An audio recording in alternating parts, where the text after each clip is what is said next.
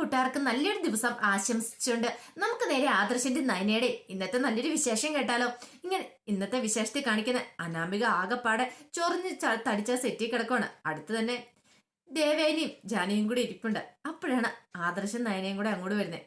അവരെ കണ്ടു കഴിഞ്ഞപ്പോഴത്തേനും പെട്ടെന്ന് ദേവേനെ വിളിച്ചു, എടാ അവിടെ നിൽക്കാൻ പറയാണ്. പിന്നീട് ദേവേനെ അങ്ങോട്ട് ചെന്നു. അങ്ങോട്ട് എന്നിട്ട് പറഞ്ഞു, നീ ഇവളും കൂടി ചേർന്ന് എന്ത് പരിപാടിയാടാ കാണിച്ചതെന്ന് ചോദിക്കുകയാണ്. എന്താ കാര്യം എന്താന്ന് ചോദിക്കുക. ഓഹോ, അപ്പൊ ഒന്നും അറിയത്തില്ലല്ലേന്ന് ചോദിക്കുകയാണ്. ജാനകി പറഞ്ഞു, എല്ലാം ഒപ്പിച്ചു വെച്ചിട്ട് ഒന്നും അറിയത്തില്ലാത്തപ്പോഴെ നല്ല അഭിനയം തന്നെ കാഴ്ച വെക്കണമെന്ന് പറയാണ്. ഇത് കേട്ട് ഇനിയിപ്പൊ ആദർശം പറഞ്ഞു, കാര്യം എന്താന്ന് പറഞ്ഞിട്ടുള്ള കാര്യമുള്ളമ്മേന്ന് ചോദിക്കുകയാണ്. എന്നാലും ഇത്രയ്ക്ക് അസൂയ പാടില്ലായിരുന്നതാ, ഇതൊരുമാതിരി വല്ലാത്ത ചതിയായി പോയി ചെയ്തെന്ന് പറയാണ്. ജാനകി പറഞ്ഞു, ആ മുല്ലപ്പൂമാല ഏടത്തി വാങ്ങിച്ചെടുത്ത് ആദർശന് ഇഷ്ടപ്പെട്ടില്ലല്ലേ, അതിനിപ്പോ ആദർശനാണോ ഇഷ്ടപ്പെടാത്ത അതോ ഇവൾക്കാണോ എന്ന് ചോദിക്കുകയാണ്. ഇത് കേട്ടതും ആദർശ് പറഞ്ഞു, കാര്യം പറയളേമ്മേ, എന്താ കാര്യം?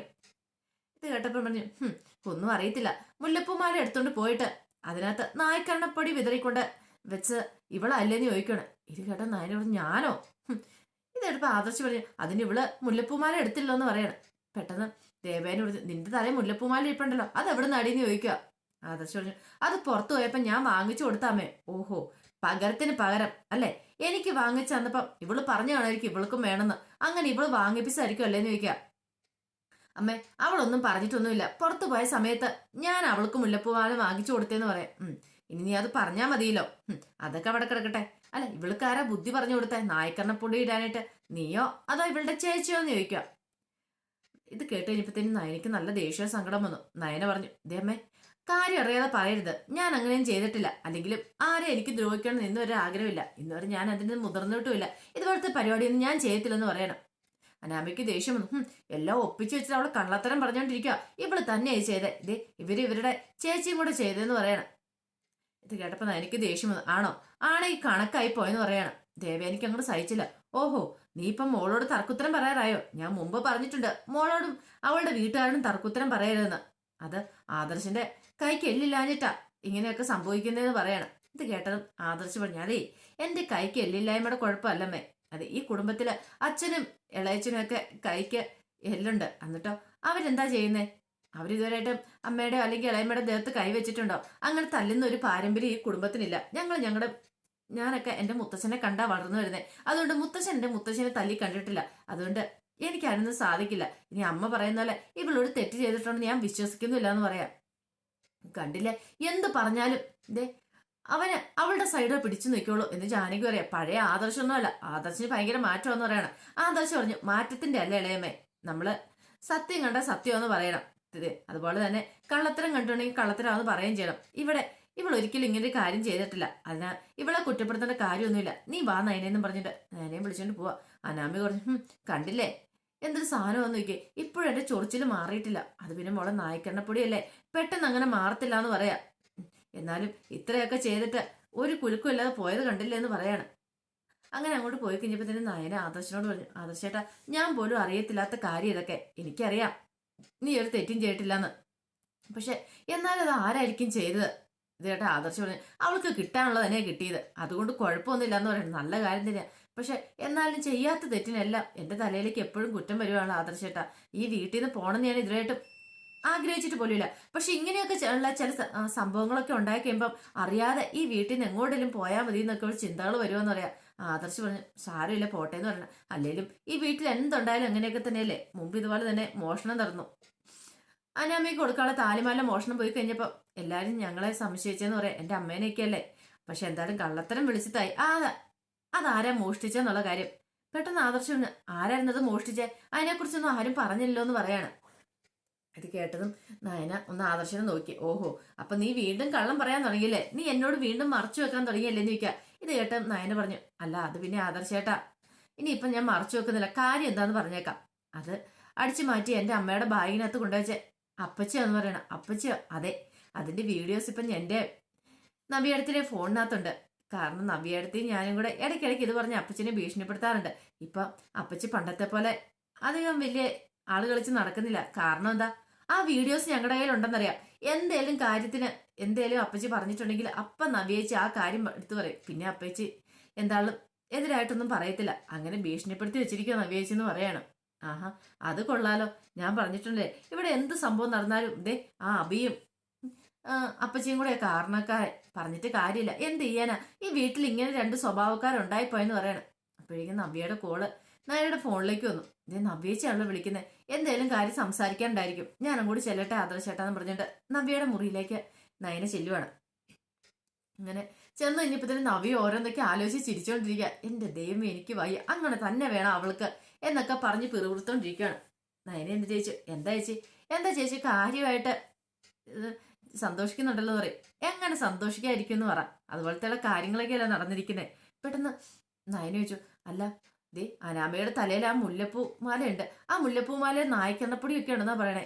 ഇതേ ഞാൻ ഇട്ടേന്നും പറഞ്ഞോണ്ട് എന്തൊക്കെ പ്രകടനങ്ങളായിരുന്നു ഇവിടെ നടന്നേന്ന് അറിയാമെന്ന് ചോദിക്കാം. ഇത് കേട്ടതും നബി പറഞ്ഞു, ആണോ, അന്നൊക്കെ അത് കണക്കായി പോയെന്ന് പറയണ. അല്ല അതെന്താ അങ്ങനെ പറഞ്ഞേ? അതെ അതിട്ട ഞാനാന്ന് പറയാണ്. നവ്യേച്ചിയാ? അതെ. അത് എത്രയെന്ന് വെച്ചാ നയനെ ക്ഷമിക്കുന്നതിന് സഹിക്കുന്നതിന് ഒരു പരിധിയില്ലേ. അവരുടെ അഹങ്കാരം എപ്പോ നോക്കിയാലും കുറ്റം പറിച്ചില്ല, എനിക്കങ്ങോട്ട് സഹിച്ചില്ല. നമ്മളൊന്നും മിണ്ടായിരിക്കുന്നത് മോശമല്ലേ, ഇങ്ങനെ ഇടയ്ക്കിടയ്ക്ക് ഓരോ പണി കൊടുത്തോണ്ടിരിക്കണം. അല്ല ചേച്ചി, ആ മുല്ലപ്പൂമാല എടുത്ത് അതെ ചെറിയമല അപ്പച്ചി എന്നല്ല പറഞ്ഞേ, പിന്നെ എങ്ങനെയാ അത് അനാമികയുടെ തലയിൽ വന്നേന്ന് ചോദിക്കാം. അതോ, അത് ഞാൻ നായ്ക്കണ്ണപ്പൊടി ഇട്ടുകൊണ്ട് അവരുടെ മുറിയിൽ കൊണ്ട് വെച്ചതാ. അത് വന്ന് വലിയ ആളും കളിച്ച് അനാമികയുടെ തലയിലേക്ക് എടുത്ത് ചൂടി, ചിലപ്പോൾ മണത്തിട്ടും ഉണ്ടായിരിക്കും. അതുകൊണ്ടാണ് ഇത്ര ചൊറിച്ചിലെന്ന് പറയാണ്. എന്നാലും ഇത്ര വേണ്ടായിരുന്നു. പിന്നെ ഇത്ര വേണ്ടായിരുന്നു പോലും അവളുടെ അഹങ്കാരത്തിന് ഇതല്ല, ഇതിനപ്പുറത്തേക്കും കൊടുക്കണ്ട. അവളെ വളരാൻ അനുവദിച്ചിട്ടുണ്ടെങ്കിൽ നമ്മൾ തലേ കയറി നിരങ്ങും. ഇപ്പൊ തന്നെ കണ്ടില്ലേ, ഇതുപോലൊക്കെ ഓരോരോ ഡോസ് ഇടയ്ക്കിടയ്ക്ക് കൊടുക്കണം, അല്ലെങ്കിൽ അവൾ മിക്കവാറും നമുക്കിട്ട് പണി തരും. പക്ഷെ ഇവൾ അടങ്ങിയിരിക്കൊന്നുമില്ല. എന്നാലും ഞാൻ വെറുതെ ഇരിക്കാനും പോകുന്നില്ല. അതെ, എന്തേലും പറഞ്ഞൊരു ചൊറിയുന്ന വർത്താനം പറഞ്ഞു വന്നിട്ടുണ്ടെങ്കിൽ തിരിച്ചപ്പ രണ്ട് ഡയലോഗ് അങ്ങ് അടിച്ചാക്കണം. പിന്നെ അവള് മിണ്ടത്തില്ല. അവൾ ആരാന്ന് അവളുടെ വിചാരം? നമ്മളെല്ലാം അവളുടെ അടിമകളാണ് അവളുടെ വിചാരം. ആ വിചാരം തന്നെ അവളുടെ മനസ്സിൽ നിന്ന് ആദ്യം അങ്ങോട്ട് എടുത്തു കളഞ്ഞിരിക്കണം. അവൾ ഒരു വലിയ തമ്പുരാട്ടി വന്നിരിക്കുന്ന പോലും. തമ്പുരാട്ടിയൊക്കെ അവളുടെ വീട്ടില്, ഇവിടെ അത് നടക്കത്തൊന്നുമില്ല. പ്രത്യേകിച്ച് എന്റെ അടുത്ത് ഞാൻ അങ്ങനെ താന്നു കൊടുക്കൊന്നുമില്ല. നയനെ, എന്റെ അടുത്ത് എന്തെങ്കിലും ചൊറിയാൻ വന്നിട്ടുണ്ടെങ്കിൽ ഞാൻ നന്നായിട്ട് അങ്ങോട്ട് മാന്തി വിടുമെന്ന് പറയണം. ഇത് കേട്ട് നയനയ്ക്ക് ചിരി വന്നു. പിന്നീട് കാണിക്കുന്ന പിറ്റേ ദിവസം ആദർശൻ നയനയും കൂടെ ക്ഷേത്രത്തിൽ പോയി പ്രാർത്ഥിച്ചുകൊണ്ടിരിക്കുകയാണ്. അങ്ങനെ പ്രാർത്ഥിച്ചുകൊണ്ടിരുന്ന സമയത്ത് ആദർശം പറഞ്ഞു, അതെ ഇവിടെ ഇരിക്കുന്ന വിഗ്രഹത്തിന് പോലും നല്ല ശക്തി ഉണ്ടായിരിക്കുമല്ലേ എന്ന് ചോദിക്കുക. ഇത് കേട്ട് കഴിഞ്ഞപ്പോഴത്തേനും നയന ശാന്ത അങ്ങനെ പറഞ്ഞ, അല്ല വിഗ്രഹത്തിന് ശക്തി ഉണ്ടാണെങ്കിൽ പൂജാരിക്ക് അതിനുള്ള ശക്തി ഉണ്ടായിരിക്കണം എന്ന് പറയാണ്. കാരണം പൂജാരി നല്ല രീതിയിൽ പൂജിച്ചാൽ മാത്രമേ ശക്തി ഉണ്ടാവുള്ളൂ. പക്ഷെ അങ്ങനെയുള്ളൊരു പൂജാരിയാണ് അതെ അനിയുടെ അനാമയുടെ കല്യാണം നടത്തി കൊടുത്തത്. അന്ന് ജോലിസിനും പറഞ്ഞ ഈ വിവാഹം വേണ്ടെന്ന്. പക്ഷെ ഒരു വാഴക്കല്യാണം നടത്തിയിട്ടുണ്ടെങ്കിൽ എല്ലാം ശരിയാവുമെന്ന് പറഞ്ഞുകൊണ്ട് പൂജാരി എല്ലാ കാര്യങ്ങളൊക്കെ നടത്തിയത്.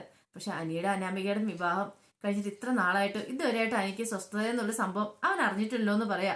ഇത് കേട്ടതും പെട്ടെന്ന് നായന പറഞ്ഞു, എന്താ ആദർശായിട്ട് ഇപ്പൊ അങ്ങനെയൊക്കെ? അല്ല ഞാൻ പറയേ ചെയ്തേ, അല്ല അന്ന് ആ പൂജാരി ഈ വിവാഹം നടക്കരുത്, അല്ലെങ്കിൽ വാഴക്കല്യാണം കൊണ്ട് ഒരു പ്രയോജനം ഇല്ല എന്ന് പറയുമായിരുന്നെങ്കിൽ അനിയുടെ ജീവിതം ഇപ്പോഴും ഒരു കുഴപ്പമില്ലാതെ മുന്നോട്ട് പോയാൽ അവൻ ഈ വിവാഹം കഴിക്കില്ലായിരുന്നു. പിന്നീട് നന്ദുമായിട്ടുള്ള വിവാഹം നടന്നേനെ, ആ ഒരു സ്വസ്ഥതയും സമാധാനത്തോടും കൂടി ജീവിച്ചേനെ. ഇപ്പൊ കണ്ടില്ലേ അവന്റെ ജീവിതം ഈ വിധമായി തീർന്നില്ലേന്ന് ചോദിക്കുക. നയന പറഞ്ഞു, ഇനിയിപ്പം നമ്മളതൊന്നും പറഞ്ഞിട്ട് കാര്യമില്ല എന്ന് പറയണം. അപ്പൊ ഇതിന് പൂജാരി ഇറങ്ങി വന്നു, പ്രസാദമൊക്കെ കൊടുക്കുകയാണ്. പിന്നീട് ചോദിച്ചു, അല്ല അനിയെ ഇങ്ങോട്ട് കാണാൻ പോലും ഇല്ല കല്യാണത്തിന് ശേഷം ചോദിക്കുക. ഇത് കേട്ടതും ആദർശം കാണാനില്ല, അവൻ ഇങ്ങോട്ട് വരുന്നില്ലെന്ന് പറയണം. അല്ല അതെന്ത് പറ്റി? കല്യാണം കഴിഞ്ഞ് സാധാരണഗതിയിൽ ഭാര്യയും കൂടി ക്ഷേത്രത്തിലൊക്കെ വരണ്ടല്ലേന്ന് ചോദിക്കുക. നയന പറഞ്ഞു, അവിടെ നമ്മൾ അത്ര സ്വരച്ചേർച്ചയൊന്നും ഇല്ല, അതാന്ന് പറയണേ. ആദർശം പറഞ്ഞു, തിരുമേനി എന്ന ആ ഒരു കാര്യം വാഴക്കല്യാണം പറഞ്ഞില്ലായിരുന്നെങ്കിൽ ഇന്ന് അവരുടെ വിവാഹം നടക്കത്തില്ലായിരുന്നു. കാരണം വാഴക്കല്യാണം മതി, പരിഹാരം ഉണ്ടെന്നൊക്കെ തിരുമേനി പറഞ്ഞോണ്ടാ. തിരുമേനിക്ക് അറിയാവുന്ന കാര്യമായിരുന്നല്ലോ ജോത്സ്യര് പറയുന്ന കാര്യങ്ങളൊക്കെ അച്ചട്ട് വന്ന്. പിന്നെ തിരുമേനി അതിനെന്താണെങ്കിലും ഒരു മറുമരുന്ന് ഉപദേശിക്കേണ്ട കാര്യമില്ലായിരുന്നു. കാരണം തിരുമേനി ഒരു പരിഹാരം ചെയ്തുകൊണ്ട് മാത്രം ആ കല്യാണം നടന്നത്. ഇപ്പോഴോ എന്നിട്ട് അവരുടെ കല്യാണം കഴിഞ്ഞിട്ട് ഇന്നേ വരെ അവൻ്റെ ഒരു സ്വസ്ഥത കിട്ടിയിട്ടില്ലെന്ന് പറയാണ്. തിരുമേനി പറഞ്ഞു, അങ്ങനെ ഒരു തെറ്റ് എനിക്ക് പറ്റിപ്പോയി, എന്ത് ചെയ്യാൻ പറ്റും ആദർശേ, കല്യാണം നടക്കുവാണെങ്കിൽ നടന്നോട്ടെ എന്ന് കരുതിയാ ഞാൻ അങ്ങനെ ചെയ്തേ. പക്ഷെ ഇത് ഇത്രയ്ക്ക് വലിയ പ്രശ്നമാവുമെന്ന് ഞാൻ ചിന്തിച്ചതേ ഇല്ലെന്ന് പറയണം. ചേട്ടപ്പം നായന പറഞ്ഞു, ഇനിയിപ്പൊ അതിനെക്കുറിച്ചൊന്നും പറഞ്ഞിട്ട് കാര്യമില്ല ആദർശേട്ടാ എന്ന് പറഞ്ഞിട്ട് അവരങ്ങോട്ട് പോവാണ്. അപ്പൊ അങ്ങോട്ട് മാറിക്കഴിഞ്ഞപ്പോഴത്തേനും ആദർശം പറഞ്ഞു, അതെ എനിക്കിനി ഒരു കാര്യം ചെയ്യണമെന്ന് പറയണം. എന്ത്? അല്ല മുമ്പ് ഇവിടെ വന്നപ്പോൾ നമ്മളെ തൊട്ടിൽ കെട്ടിയിട്ടുണ്ട്, പക്ഷെ അത് ആത്മാർത്ഥമായിട്ടല്ലായിരുന്നു രണ്ടുപേരും. പക്ഷെങ്കിൽ ഇന്ന് അങ്ങനെയല്ല, ഇന്ന് രണ്ടുപേരും ആഗ്രഹിച്ച് ഒന്നുകൂടെ തൊട്ടിൽ കെട്ടണമെന്ന് പറയണം. ഇത് കേട്ട നയനയുടെ മുഖത്ത് ഒരു സന്തോഷമൊക്കെ ഉണ്ടായി. അല്ല കല്യാണം കഴിഞ്ഞ് ഇത്ര നാളായില്ലേ, ഇനിയിപ്പൊ നമുക്കൊരു കുഞ്ഞൊക്കെ ആവാം, നമുക്ക് കുഞ്ഞാവേണ്ട സമയം പണ്ടേ കഴിഞ്ഞെന്ന് പറയണം. അങ്ങനെ രണ്ടുപേരും കൂടെ പോയിട്ട് ഒരു തൊട്ടിലിങ്ങനെ കെട്ടുവാണ്. ആദർശിന് ഭയങ്കര സന്തോഷമായിരുന്നു. ആദർശ് പറഞ്ഞു, അതെ ഇനിയിപ്പം നമ്മുടെ മുത്തശ്ശന്റെ ആഗ്രഹം സാധിച്ചു കൊടുക്കാൻ പോവാ. എത്രയും പെട്ടെന്ന് തന്നെ നമുക്കൊരു കുഞ്ഞു വേണമെന്ന് പറയാണ്. പിന്നീട് അവര് വീട്ടിലേക്ക് പോരുക. അങ്ങനെ പോരുന്ന വഴിക്ക് വണ്ടിയിലിരുന്നിട്ട് നയനയോട് ആദർശ് പറഞ്ഞു, അല്ല കല്യാണം കഴിഞ്ഞിട്ട് ഇത്ര നാളായില്ലേ, നിനക്ക് എവിടെയെങ്കിലും പോണമെന്നൊക്കെ തോന്നിട്ടില്ലേന്ന് ചോദിക്കും. ഇത് കേട്ട നയന ചോദിച്ചു പറഞ്ഞു, പോണമെന്നൊക്കെ ആഗ്രഹമുണ്ട്. അല്ല നീ ടൂറ് പോയിട്ടുണ്ടോ എന്ന് ചോദിക്കും. ഞാനങ്ങനെ ടൂറ് പോയിട്ടില്ല. ചേച്ചി പോയിട്ടുണ്ട്, പിന്നെ നന്ദുവും പോയിട്ടുണ്ട്. എന്നോട് ടൂർ പോകുന്ന കാര്യം പറയുമ്പം ഞാൻ പിന്നെ അമ്മയോട് പറയും വേണ്ട, എനിക്ക് പോകാൻ ആഗ്രഹമില്ലെന്ന് പറയും. കാരണം മറ്റൊന്നുമല്ല, പൈസ വേണ്ട അതിനൊക്കെ. അതുകൊണ്ട് ഞാൻ പിന്നെ പതുക്കെ അങ്ങോട്ട് വലിയത്തുള്ളൂ. അതുകൊണ്ടാ. പക്ഷേങ്കില് നയനേച്ചി നവ്യേച്ചീനെ നന്ദുവിനെയൊക്കെ ടൂർ വിട്ടിട്ടുണ്ടെന്ന് പറയും. ഇത് കേട്ടോ ആദർശ് പറഞ്ഞു, എന്നാ നമുക്കൊരു ടൂർ പോയാലോ നിൽക്കും. എവിടെ? അല്ല സ്ഥലം ഒന്നും ഫിക്സ് ചെയ്തിട്ടില്ല, നിനക്ക് ഇഷ്ടമുള്ള സ്ഥലം എവിടെയാന്ന് വെച്ചോ, നമുക്ക് അങ്ങോട്ട് പോയേക്കാന്ന് പറയാം. അങ്ങനെ പ്രത്യേകിച്ച് എനിക്ക് ഇഷ്ടമുള്ള സ്ഥലം എന്ന് പറഞ്ഞാൽ പറയാനില്ല ആദർശേട്ടാ. ആദർശേട്ടൻ എവിടെയുണ്ടോ എനിക്ക് അവിടെ നിൽക്കാൻ ഇഷ്ടം എന്ന് പറയാണ്. അതിപ്പോ ഹണിമൂൺ ആണെങ്കിലും ശരി, വീടാണെങ്കിലും ശരി, എവിടെയാണെങ്കിലും കുഴപ്പമില്ലെന്ന് പറയാം. ആദർശ് പറഞ്ഞു, അന്നൊരു കാര്യം ചെയ്യാം, നമുക്ക് എവിടെയെങ്കിലും സ്ഥലം കൂടെ ഫിക്സ് ചെയ്തേക്കാം. ഇതിപ്പം ഒരു ഹണിമൂൺ യാത്രയായിട്ട് നമുക്കും കൂടെ പോകാന്ന് പറയണം. ഇതുവരെയായിട്ടും കല്യാണം കഴിഞ്ഞിട്ട് നമ്മൾ ഹണിമൂണിനും കാര്യമൊക്കെ ഒന്നും പോയിട്ടില്ലെന്ന് പറയാം.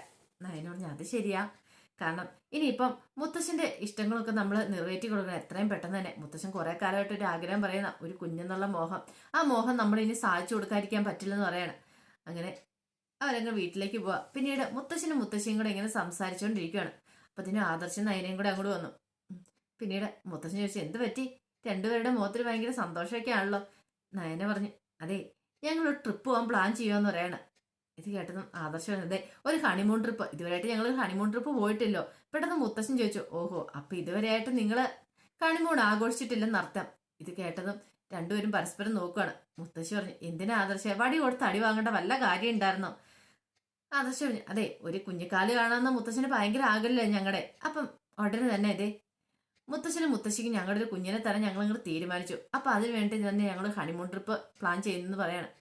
അത് കേട്ടപ്പോൾ മുത്തശ്ശൻ പറഞ്ഞു, അത് ശരിയാ, എന്തുകൊണ്ടും നല്ലതാ. കാരണം ഈ കുടുംബത്തിലെ ഏറ്റവും കൊച്ചുമക്കളിലെ ഈ കുടുംബത്തിന് വേണ്ടി ഏറ്റവും കൂടുതൽ കഷ്ടപ്പെടുന്ന ആള് നീയാണ്. കാരണം കോടികളുടെ ലാഭം ഈ കുടുംബത്തിന് വേണ്ടി നീ ഉണ്ടാക്കി തന്നുകൊണ്ടിരിക്കുന്നത്. ഞാൻ ഉണ്ടായിരുന്ന സമയത്ത് പോലും ബിസിനസ്സിൽ ഇത്ര കയറ്റം ഉണ്ടായിരുന്നില്ല. പക്ഷേ എങ്കിൽ ഇപ്പോഴങ്ങനെയല്ല, നീ കാരണം ഒത്തിരി ലാഭം ഉണ്ടാകുന്നുണ്ട്. ഇപ്പൊ ഈ ജ്വല്ലറിക്കാരുടെ ഇടയിൽ തന്നെ ഒരു സംസാരമുണ്ട്, മൂർത്തി സാറിന്റെ കൊച്ചുമോന് കേമനാന്നുള്ള. പക്ഷേങ്കിൽ അവര് ഒളിഞ്ഞും തെളിഞ്ഞും പറയാതെ പറയുന്ന ഒരു കാര്യമുണ്ട്. കാരണം മുത്തശ്ശനെ കടത്തി വെട്ടി കൊച്ചുമോന്, അല്ലെങ്കിൽ കൊച്ചുമോൻ മുത്തശ്ശനെ കൊന്നെന്നുള്ള കാര്യം. ഇത് കേട്ടതും ആദർശൻ അതിന് ഒരു നിമിഷം ഞെട്ടിത്തിരിക്കുകയാണ്. അപ്പൊ ആദർശ് പറഞ്ഞു, മുത്തശ്ശൻ ഞാന് അല്ല മോനെ, അങ്ങനെ കൊന്നെന്ന് പറയുന്നതിന് പല അർത്ഥങ്ങളുണ്ട്. നല്ല രീതിയിലുള്ള അർത്ഥമുണ്ട്, അല്ലാത്ത രീതിയിലുള്ള അർത്ഥമുണ്ടെന്ന് പറയണം. ഇത് കേട്ട് കഴിഞ്ഞപ്പോൾ തന്നെ ഞെട്ടലോടുകൂടി ആദർശൻ അതിനെ മൂർത്തി മുത്തശ്ശനെ നോക്കുകയാണ്. അപ്പൊ അതിന്റെ വിശേഷങ്ങളൊക്കെയാണ് കണ്ടത്. ഇതിന്റെ ബാക്കി വിശേഷങ്ങളുമായിട്ട് വൈകുന്നേരത്തെ പ്രമോയി വരാട്ടോ. ആദ്യമേ കാണുന്നവരാണെങ്കിൽ ചാനൽ ഇഷ്ടപ്പെട്ട ഒന്ന് സബ്സ്ക്രൈബ് ചെയ്യാൻ മറക്കരുതേ. അതോടൊപ്പം തന്നെ കണ്ടുകൊണ്ടിരിക്കുന്ന എല്ലാവരുടെ സപ്പോർട്ടിലേക്കും തുടർന്നും പ്രതീക്ഷയുണ്ട്. എല്ലാവർക്കും ഒരിക്കൽ കൂടി നല്ലൊരു ദിവസം ആശംസിച്ചുകൊണ്ട് നിർത്തുന്നു.